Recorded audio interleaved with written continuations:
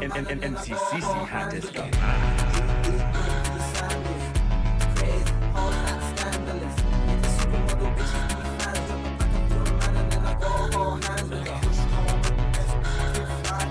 So, good morning, y'all. It's Saturday, and it's Cars and Coffee this weekend, and also there's like a open market type deal over at Koki. So we're gonna vlog this morning because I got two things going on, and then we're gonna go train. Should be chill. I don't know. Cars and Coffee is something that I've definitely been enjoying going to, though, and I know I'm just gonna be walking around going like, wow, that's hard for like 30 minutes. So I figured I could record some of that because cool cars are cool, and yeah. So here goes that. I just killed 3 breakfast tacos from Brothers. I am ready to go. So, solo mission. Let's do it. No caffeine. So I went to Cars and Coffee. Said I was gonna vlog, didn't vlog. Big surprise. I don't really vlog on this channel.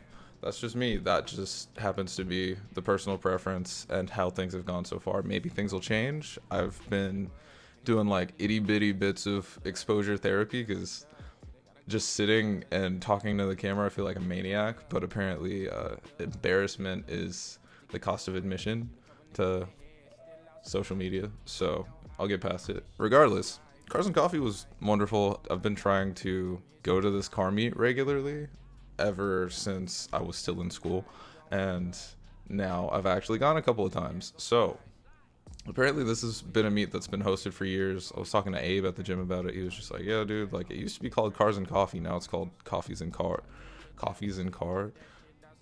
Cars, which feels weird, but it's fine. I don't really know why it took me this long to get to the point of going regularly. Like,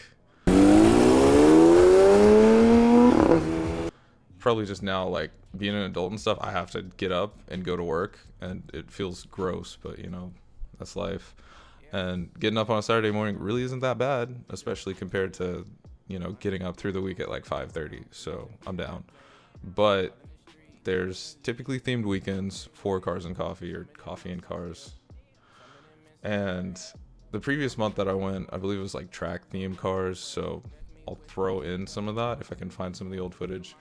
But this time around, it was an open showcase, which is pretty cool because now we've got people who could really be driving anything pulling up and just parking in the lot. And then, you know, you get to meet people who drive cool cars. They kind of tell you a story about why that car is what they wanted to, you know, pour all this money and time into building. I don't know. I always thought it would be cool to have a car that would be car show worthy because, like, the IS is cool. The IS is clean. I just don't know about doing that completely stock because I haven't done anything. I haven't even upgraded the tent on this thing, but still love it. Shout out Shakira.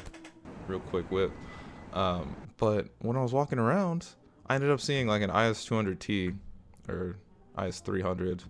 200T's previous generation. Regardless, I saw a stock IS that's like a lower trim than mine, so I was like, okay, maybe I don't need to hold off on parking my car in a silly little parking lot to go walk around and look at other cars. Like, maybe I can just do that. So if there's ever like another JDM themed weekend or something, or like, because I think the competitive class for my car is like gentleman's class or something like that.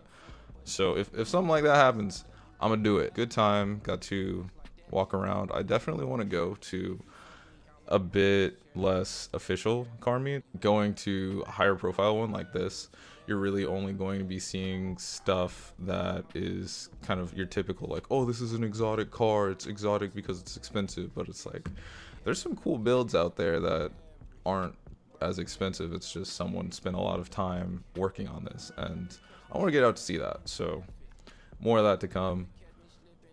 It was hot as hell. So first time I went to Cars and Coffee, got there towards the end, and this is Texas, so the end of it I think is like 11. If it's over 100 degrees at 11, because we're just walking around a parking lot, like people are leaving, and I got there at like 8:45.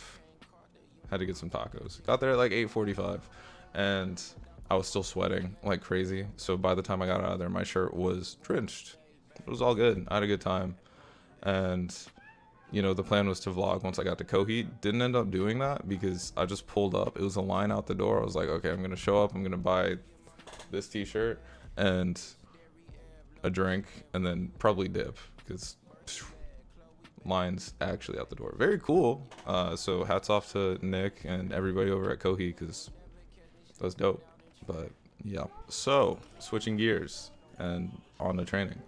It was a pretty smooth final session of the second week of the block. Oh my god, so much fun.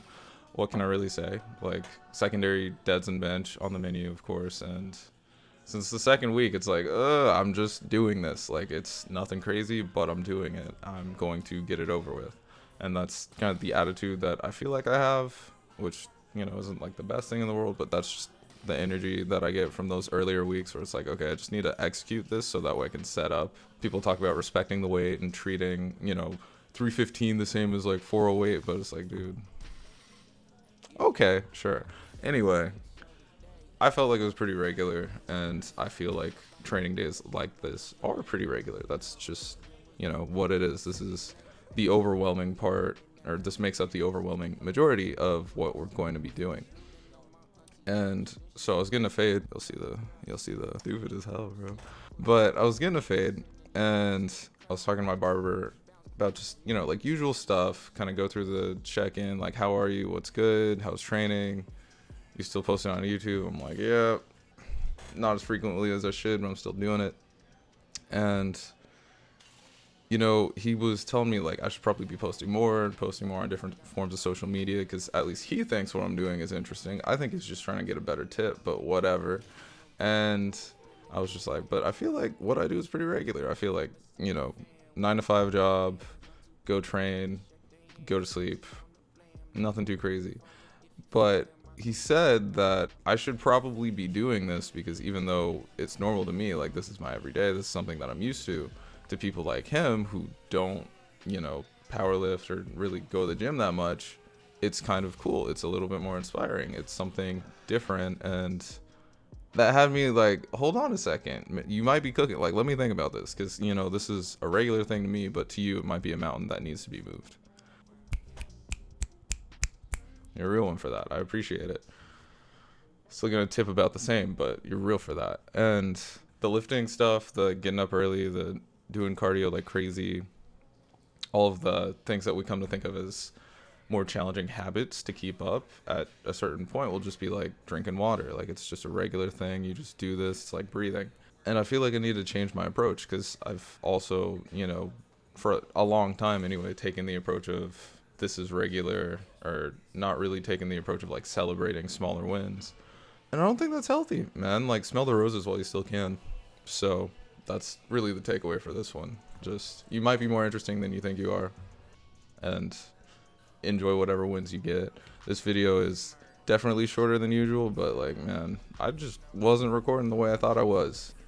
I'm still getting better at this, but I need to get out more videos, so I'm not trying to delay this anymore. Y'all have a good one.